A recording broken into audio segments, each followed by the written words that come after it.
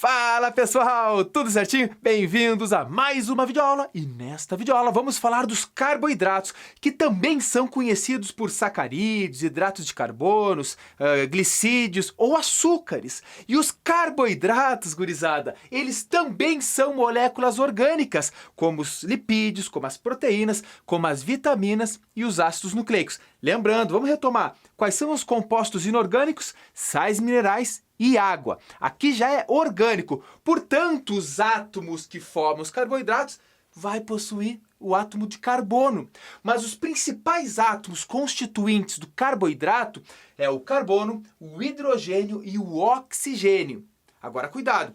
Alguns carboidratos podem também ter nitrogênio, fósforo e enxofre. Muito embora o mais comum sejam apenas esses três átomos, e vocês vão ver no decorrer da aula. Bom, e onde é que eu encontro o carboidrato, gente? Aqui, ó, fruta. Fruta é rico em carboidrato. Tem aqui, ó, fiz questão de trazer para vocês, ó, aqui, ó, nos docinhos, né? Isso aqui é cheio de carboidrato, cheio de açúcar. Vou até comer depois da aula aqui, mas vamos adiante. Além disso, os carboidratos a gente encontra em pão. Não é só no doce, professor? Não, pão, massa, frutas, como eu falei para vocês, no leite. Pessoal, o leite tem um carboidrato muito importante, muito especial, inclusive para pessoas que têm intolerância à lactose, né, que eu vou falar logo mais para vocês. O leite, apesar de ter gordura, tem proteínas, também tem carboidratos. E os carboidratos são ditos as moléculas energéticas. Muito cuidado aqui, gurizada. Existem basicamente três compostos nos quais a gente tira energia. O primeiro são os carboidratos. É a primeira fonte de energia para a nossa célula. A glicose, lá para fazer a nossa querida respiração celular ou fermentação. Só que quando começa a faltar carboidrato no nosso corpo, nós começamos a queimar as gorduras. Ou seja, os lipídios é a nossa segunda fonte de energia. E se falta açúcar, se falta lipídio, o nosso corpo começa a queimar proteína, músculo basicamente. Agora cuidado, para chegar no estágio de queimar proteínas, você tem que estar muito desnutrido. E aí vem, de repente, o vestibular cobrar aquelas questões de países subdesenvolvidos, crianças, principalmente, que às vezes vivem abaixo da linha da pobreza, que não tem nem o que comer. Já deve ter visto aquela cena, elas ficam barrigudinhas e tal, desnutridas. Para uma criança assim, que está nesse estado de desnutrição, até o médico, quando vai fazer o tratamento dessa criança, não pode, vou servir um bauruzão para ela. Não, ela vai rejeitar isso. Então tem que dar pequenas porções, às vezes uma bolachinha com água e sal. Não é biscoito, é bolacha. Bolachinha com água e sal, alguma coisa, para o organismo dela voltar a se reestabelecer.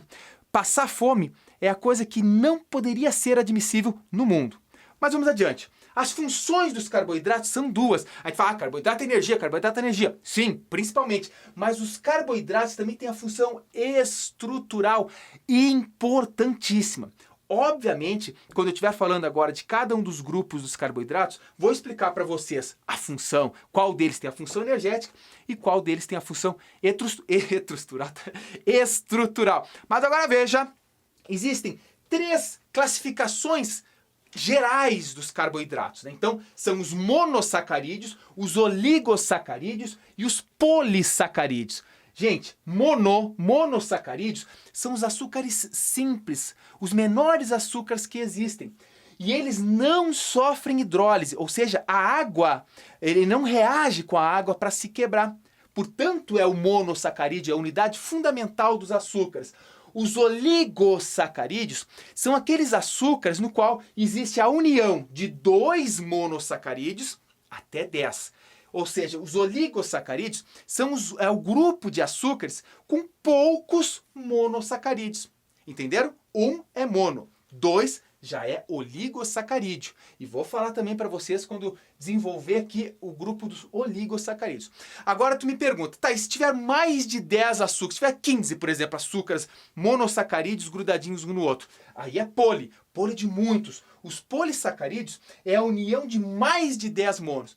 Só que em alguns casos, os polissacarídeos podem ter milhões de monossacarídeos. É o caso, por exemplo, do amido. O amido é um polissacarídeo importantíssimo. Quando a gente come a nossa batatinha frita, tu come, aquilo lá vem muito amido. E esse amido é repleto de monossacarídeos, um juntinho do outro, né?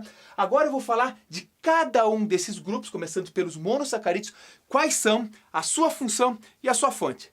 Fica ligado. Vamos falar agora dos monossacarídeos. Esses açúcares simples, esses açúcares charmosos, né? E os monossacarídeos, eles têm de 3 até 7 átomos de carbono. E também eles possuem uma formulazinha geral, né? Um pouquinho de matemática aqui na biologia. E a fórmula geral dos monossacarídeos é CnH2nOn. Horas. Eu falei para vocês que os monossacarídeos variam de 3 até 7 átomos de carbono. Então você concorda que o N só pode ter valor 3, 4, 5, 6 ou 7? Por quê? Se fosse 8, teria 8 átomos de carbono que não serviria para carboidrato. Então, olha, se o N for 3, ou seja, se ele possui apenas 3 átomos de carbono, ele é uma triose. E a sua fórmula molecular fica C3, ou seja, 3 carbonos, H6. Por que 6? Ora, tem o 2 aqui. N é 3, 2 vezes 3, 6. O3. Se tiver 4 átomos de carbono, fica C4, H8, O4. Ou seja, o H, o hidrogênio, vem sempre no dobro do carbono, por exemplo. Se aqui é uma pentose de 5, tem 5 carbonos, obviamente terá 10 hidrogênios e, consequentemente, também 5 oxigênios. Exose de 6, C6, H12O6. Isso é tranquilo. Faça esse exercício, pega assim, se tiver 3, agora, né, dá uma pausa na aula e escreve pela tua cabeça aí. Quando for 3, C3, H6, O3. Se for 4, C4, H8, O4. E faz isso do 3 ao 7. Uma pequena tarefinha aí. Mas vamos lá, gente. Alguns monossacarídeos são muito importantes para que você saiba. Esses são os importantes. Outros não cairão na tua prova de vestibular, mas esses você vai ter que saber. Quais são eles? 2 pentoses, ou seja, 2 monossacarídeos com 5 carbonos, que são desoxirribose e ribose, conhecidíssimos. A desoxirribose é o açúcar que está no nosso DNA. Enquanto que a ribose é o açúcar que está no RNA. Guarda muito bem essa informação, que logo mais você vai assistir a aula de DNA e RNA e vai ver como eles se encaixam lá no DNA e no RNA. Ou seja, são dois açúcares pentoses importantíssimos. E são 3 açúcares exoses que você vai ter que saber também. São eles, a glicose, a famosíssima glicose. É a molécula que entra na respiração celular, que ela se transforma em 2 piruvatos, 2 ácidos pirúvicos, vai para a respiração celular, entra na mitocôndria, cai no ciclo de Krebs, depois vai na cadeia transportadora de elétrons, ele vai sendo quebrado. Muito charmoso, adoro essa parte, nós vamos estudar juntos. Então a glicose é um monossacarídeo com 6 carbonos. Então qual é a fórmula? C6H12O6. Tem outro importantíssimo, que é a frutose. Olha, isso aqui é fácil. Se eu te perguntar, onde ocorre a frutose? Na fruta. É o açúcar da fruta. E esse tem uma característica importante, que é interessante você guardar. Ele é doce. Porque nem todo açúcar é doce. Tu já te ligou nisso? A gente associa açúcar é doce. Negativo. Alguns açúcares são doces, como é o caso da frutose. Também tem outra exose muito importante, que é a galactose. A galactose, a gente encontra ela no leite. E esses 3 são as exoses importantíssimos para vocês. Ok, deve ter feito a tarefinha já, né? Você é aluno aplicado, que é aluno que vai gabaritar a prova de biologia. Se você tiver que preencher a fórmula geral de uma heptose, ou seja, com 7, você vai ter um açúcar, C7, H, 2 vezes 7, 14, O7. Isso aqui é uma heptose. Obviamente, não tem nenhum exemplo de heptose que você deve decorar, deve guardar para a prova. Mas você deve saber preencher essa formulinha, não importa se tem 3, 4, 5, 6 ou 7 carbonos. Aqui eu dei alguns exemplos. E aqui a gente completa com a tarefinha que vocês fizeram. Agora, vamos ver os oligossacarídeos. Não cometa este erro, não cometa este erro. Eu vim do futuro para te corrigir.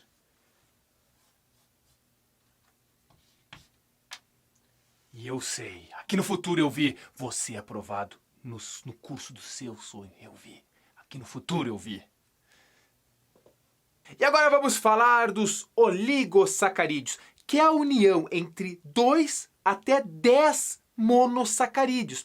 Ou seja, eu tenho um monossacarídeo, outro monossacarídeo. Quando eles se ligarem, você tem um oligosacarídeo. Ora, e são 2 monossacarídeos, portanto é um disacarídeo. Possuem 2 monossacarídeos.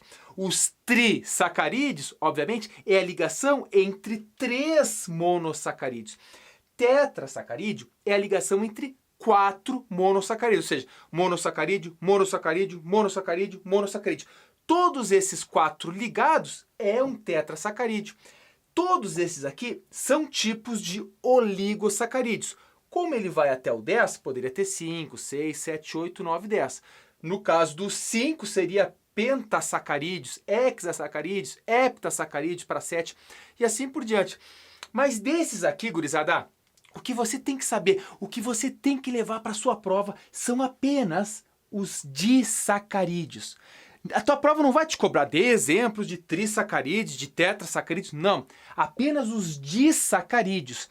E existem 3 disacarídeos importantíssimos e são os que vão poder cair na tua prova de vestibular. Quais são eles? A lactose, a maltose e a sacarose.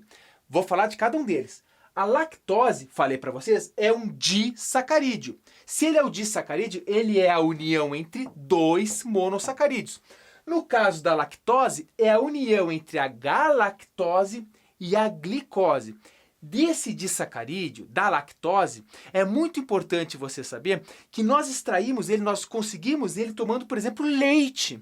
E quem tem intolerância à lactose, é muito importante, os intolerantes à lactose têm um grande problema. Há muitas pessoas são intolerantes. Você que está assistindo esse vídeo, pode ser que seja, ou no mínimo conhece alguém que é.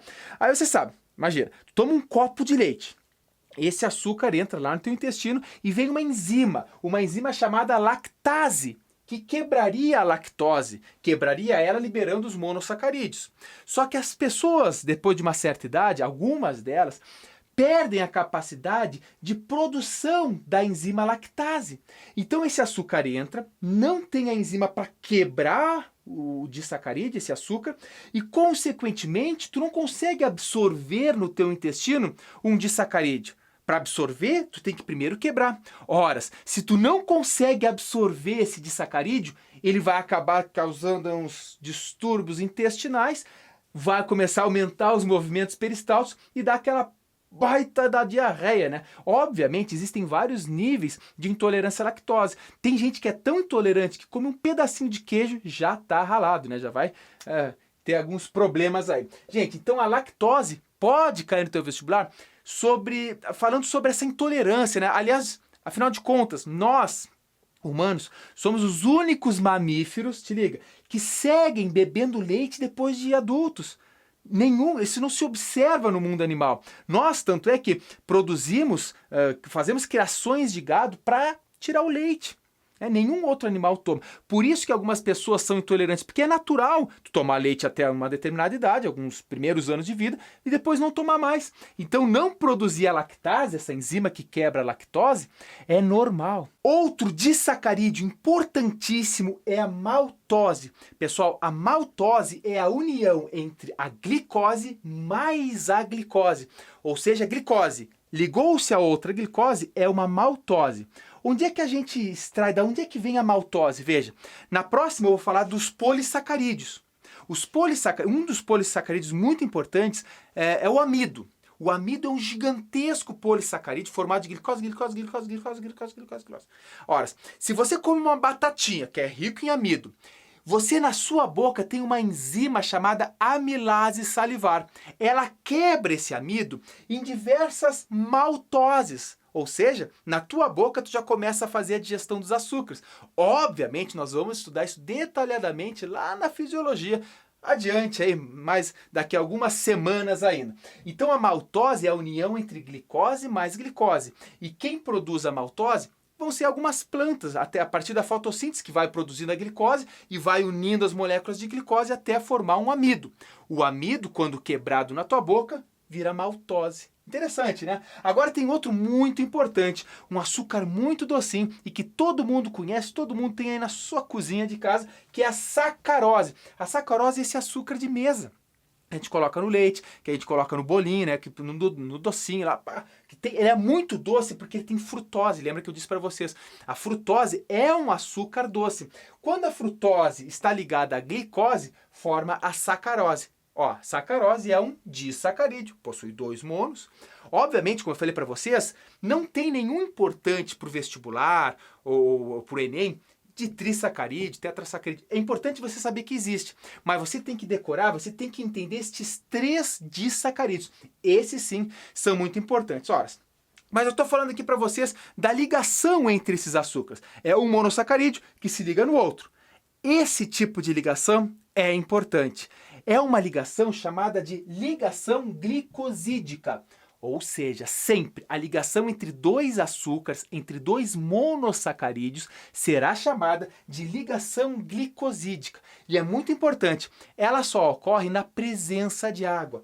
Quando 2 monossacarídeos se ligam, libera uma molécula d'água. Olha que interessante. 2 monossacarídeos se ligam, libera uma molécula d'água. Agora, para quebrar um disacarídeo em 2 monossacarídeos na nossa digestão, o que vai acontecer? Vai precisar de uma molécula d'água. Porque tá vendo esse OH e esse hidrogênio? Ele precisa ser reposto para quebrar as moléculas. Então gasta água, ou seja, precisa de água. É uma hidrólise, como falei para vocês na aulinha de água. Então a água pode ser liberada quando junta, ó, monossacarídeo, monossacarídeo, juntei, saiu água. Monossacarídeo, monossacarídeo, formando um disacarídeo. Quebrei, teve que entrar uma molécula d'água.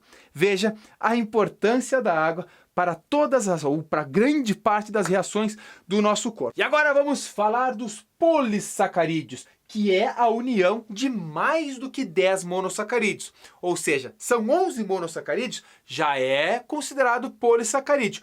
Muito embora os polissacarídeos que a gente estuda são a união de milhares de monossacarídeos. E são 4. Apenas 4 polissacarídeos você tem que conhecer para a sua prova de vestibular. São eles: o glicogênio, o amido, a celulose e a quitina. Esses 4. 2 deles, o glicogênio e o amido, têm função energética.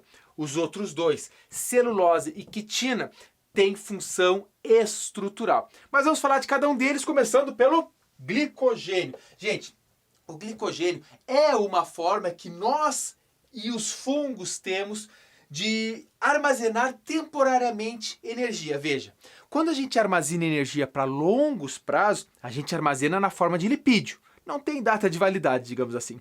Agora, quando você come muito, recém almoçou, mas comeu feito um louco, aquele condenado, sabe, que tu não consegue nem te esticar, teu estômago está tão cheio que tu sai meio torto da mesa. Horas. Umas 2 horas depois, o teu corpo vai estar com um nível de glicose altíssimo, muito açúcar no sangue. Você vai liberar um hormônio chamado insulina, e essa insulina, que é uma proteína, é um hormônio, vai fazer o teu fígado armazenar essa glicose em forma de glicogênio no teu fígado. E depois, ou seja, ele tirou o açúcar do sangue e armazenou no teu fígado em forma de glicogênio. Quando você diminui, quando passa mais algumas horinhas, ele começa a quebrar esse glicogênio, aí entra um outro hormônio chamado de glucagon, quebra o glicogênio, libera esse glicogênio agora em forma de glicose no teu sangue para você utilizar. Mas veja, o glicogênio, pessoal, dura aproximadamente 24 horas no nosso corpo. Ele não fica para 2, 3 meses. Aí seria na forma de lipídio, que é na nossa próxima aula. Então vamos lá. Além disso, vamos ver aqui, como eu falei para vocês, além do fígado, nós armazenamos glicogênio na musculatura estriada esquelética. Porque gente que é bodybuilder aqui, né, cara, assim, tem que ter muita força. E para ter força para tu contrair o músculo, tem que ter ali uma matéria-prima para a fabricação de energia. Essa matéria-prima é a glicose. Portanto, falou em glicogênio, ela é a união de milhares de glicose armazenada no fígado ou no músculo estriado esquelético. Então guarda bem, reserva energética dos animais e dos fungos. O próximo polissacarídeo é o amido. Mano, velho, quando tu come a batata, a massa, o arroz, você está comendo amido. Só que olha a diferença, o amido é reserva de energética das plantas e das algas. Nós não produzimos amido. Nós produzimos o glicogênio. As plantas não produzem glicogênio. As plantas produzem amido. E esse amido é também milhares e milhares de glicose. Então, quando você comer a tua batatinha, o teu pãozinho, a tua comidinha, aquela que tem origem vegetal, né, que vem lá do trigo, da farinha de trigo, que vem dos grãos de arroz, tu estás comendo amido, puro açúcar. Esse amido, por ser uma molécula gigantesca de glicose, ele começa a ser quebrado na boca. E quando ele é quebrado na boca, lembra que eu falei? Ele é quebrado do amido, libera a maltose, que é glicose mais glicose. Ok? Beleza. Tanto o amido quanto o glicogênio, eles têm reserva, eles são funções energéticas. Vamos falar agora da celulose e quitina, que são açúcares, que são carboidratos, que têm função estrutural. Lembra que no início da aula eu disse para ti? Eu disse que os carboidratos têm função energética e estrutural. Te liga! A celulose, mano velho, é o polissacarídeo mais abundante na natureza. Por quê? Porque ele faz parte da parede celular das plantas. Lembra em citologia? Se tu não lembra, a gente vai estudar no próximo módulo. As células vegetais, além da membrana plasmática, tem um outro envoltório chamado de parede celular, que segura a célula da planta, evita que ela se rompa. Tem função, portanto, estrutural. Agora é importante, nós, animais, não digerimos a celulose. Com exceção, por exemplo, um exemplo dos herbívoros, que junto no estômago deles lá tem uns protozoários que auxiliam nessa quebra da celulose, nós não conseguimos. Por isso, quando a gente come aquele milho gostoso e depois a gente vai no banheiro, às vezes a gente dá aquela espiadinha assim, né? O nosso sorete ele tá cheio de amarelinhos, né? Da casquinha do milho. Por quê? Aquilo ali é parede celular, é amido, é parede celular. Então, portanto, é celulose e nós não digerimos. Agora, tem um outro polissacarídeo, também de função estrutural, chamado de quitina. A quitina, ela faz parte do exoesqueleto dos artrópodes. Veja, tem também função estrutural, exoesqueleto. Quando você pega um cascudinho, um coleóptera é uma das ordens de insetos mais abundantes e diversas do mundo, ou seja, que mais tem espécie aí na natureza. Tem mais espécies de coleóptera, desses cascudos, do que de plantas. Para você ter uma ideia de tanta da riqueza, da diversidade desses cascudinhos na natureza. Mas você já deve ter pego um na mão. Se não pegou, no mínimo, algum já deu da tua cabeça, saiu voando, sabe? Eles ficam girando assim na luz, ou tu já pisou em cima, sei lá, já teve contato com um. Aí tu pega esse coleóptero, tu vê que ele é rígido, ele é duro. Ele é duro porque esse exoesqueleto, esqueleto externo dos insetos, dos artrópodes em geral, é rígido porque é formado de quitina. É um açúcar extremamente rígido. É também celulose junto com um grupamento amina lá. E eles são tão importantes para os insetos porque inseto não tem esqueleto interno. Nossos ossos são internos. O esqueleto dos insetos vem por fora. Todo o músculo dos insetos, portanto, se grudam nesse próprio exoesqueleto. Interessantíssimo, vamos estudar isso também na parte de fisiologia dos artrópodes, dos insetos. Então você tem que saber que é muito rígido quando a gente come camarão. Camarão, crustáceo, artrópode, portanto também tem a quitina como exoesqueleto. É rígido. Por que é rígido? Porque esse açúcar ele fica extremamente rígido. E aqui muito aluno se confunde. Às vezes a prova vai lá e fala queratina. Poxa, queratina aí tu acha que é quitina. Não, quitina é açúcar, queratina. Mano velho, queratina é proteína. Nós temos a queratina no nosso corpo, nosso cabelo, na nossa pele, na nossa unha, temos essa proteína, a queratina, mas não temos a quitina. Quitina está nos artrópodes, no exoesqueleto desses animais tão diversos. Gurizada, chegamos ao final da aula de açúcares, de carboidratos, uma aula que talvez tenha se estendido um pouco, mas ela é muito importante para o entendimento depois da citologia. Então, fica aqui meu abraço. Não se esquece, gurizada, pega a apostila, pega a lista de exercício, faz esses exercícios. Tendo dúvida, manda pra gente, a gente vai esclarecendo com vocês. Fica aqui o meu grande abraço, lembre-se, estou sempre torcendo por vocês. Até logo!